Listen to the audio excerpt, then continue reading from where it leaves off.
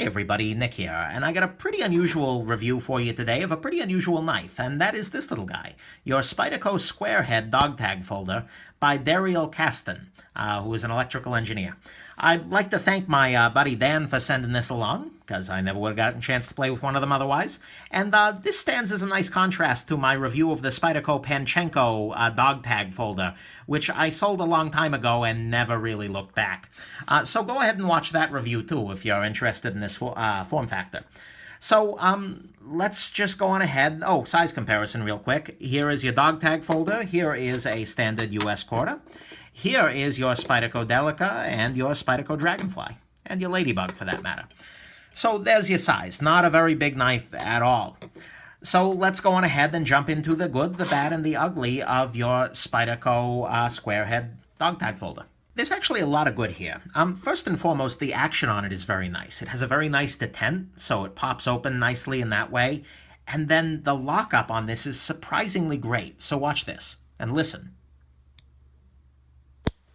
Wow. I mean, it's a really nice little pop-up you can see here from another angle. That pops up, and this is a really secure lockup. This knife is not going to close on my hand, and that was my biggest worry with the Panchenko folder, is that it always felt like it was going to close on me, and this really isn't. And so the action on it is very, very nice, and it's smooth, it's just very nicely done in that way. The blade is great. It's S30V steel. It's a Warncliffe style blade, although it is chisel ground. And that makes sense with the Dogtag folder, but you see that there's a grind here and then a secondary bevel down there. But on the backside, it's entirely flat. So that's a little bit unusual. But nonetheless, it's a nice blade, and it's very effective for cutting, although maybe a little thick. We'll get there. The pivot is nicely built here. You can see it's got a very pretty little cover there. The stonewash on it is really great, and it's a Taichung Spyderco, so you can tell the fit and finish is going to be good. But, I mean, look at this. Here's your Spyderco Sleesh buoy, and here's your Squarehead folder. And you can see that they're very clearly the same material and same stonewash finish, which is a beautiful thing. I love the buoy. This is kind of reminiscent. The lanyard hole is good. It's not just a lanyard hole. It's got enough room for a strap or something like that, which adds a little bit more versatility, which is nice. The jimping here is very nice because you can see you've got that here. It's not too sharp, but it certainly gives you good purchase. This isn't really going anywhere in your hand, which is nice. I do love this maker's mark. Take a look at it here. Hope that's in focus. It's a really cool little maker's mark, which I appreciate. And then best of all, this knife is completely unintimidating. There is absolutely nobody who can be scared by this knife. It just doesn't even look like a knife. So that's a good thing. This is one of those kinds of things like your little Swiss Army knives and that you can take out and, whoa there, nobody is going to be scared of.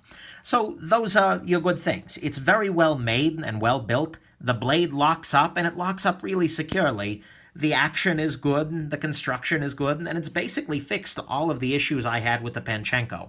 One other neat thing to notice here is that this is a single-piece construction.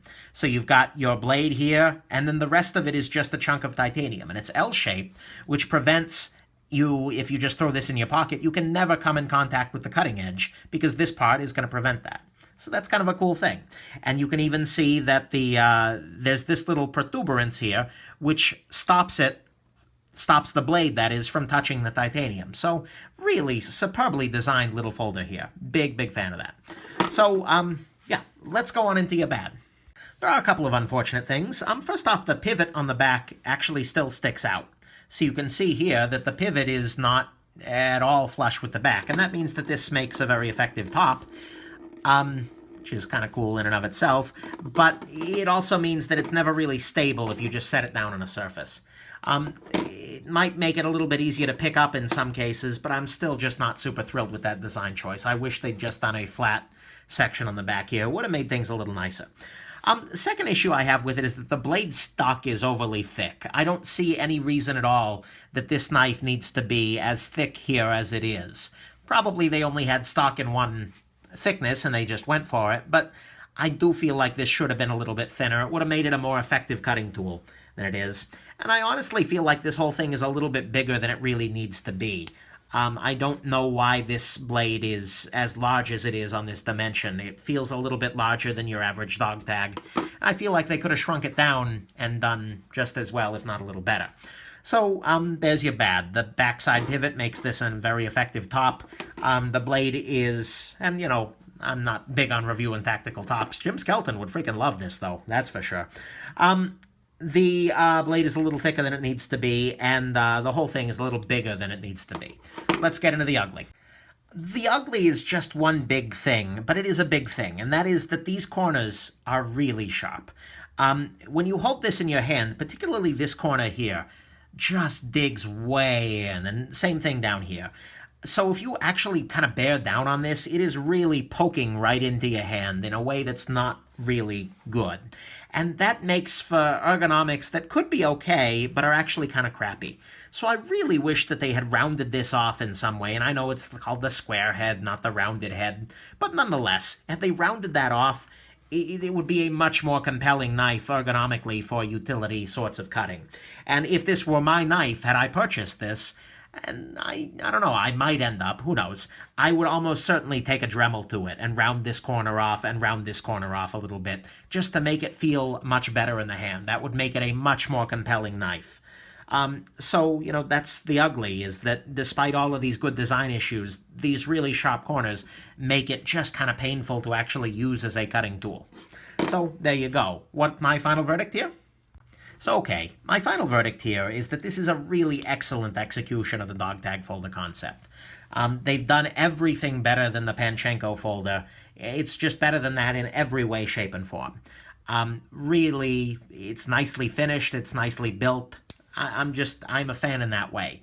It is absolutely begging for a Dremel, though. If you buy one of these, you will need to round off these corners 100%. And then you will like this knife. But until that point, until you do that, it is still fundamentally flawed. But that said, like I said, this is the very best execution of the Dogtag Folder concept that I've tried. And that's kind of cool. But that said, there are still some issues with the Dogtag Folder concept, because really, be honest with yourself, how often in your life are you in need of a folder that you can, for instance, hang from a strap and would just kind of rattle around there, and you could periodically take it out and need a Wharncliffe chisel blade? Not super, super common. Just saying. And so particularly at $80 that is, I'm not super enthusiastic about recommending this to the world. I think most people would probably be better served with a Ladybug from Spyderco, which is much, much, much cheaper, about half the price, and is a little bit more useful for everyday kind of cutting tasks. But if you're liking this, if you're looking at the idea of this and, you know, oh man, I need to get me one of those, and you're willing to do a little bit of rounding to make it ergonomically workable, then yeah, go for it. No problems recommending it then. So, yeah, that's my final verdict. If you're after a Dogtag Folder, this is a great one, provided you own a Dremel. And if you're not after a Dogtag Folder, you gotta ask yourself whether you actually need one. But there you go. I hope this has been helpful, and have yourself an absolutely wonderful rest of the day.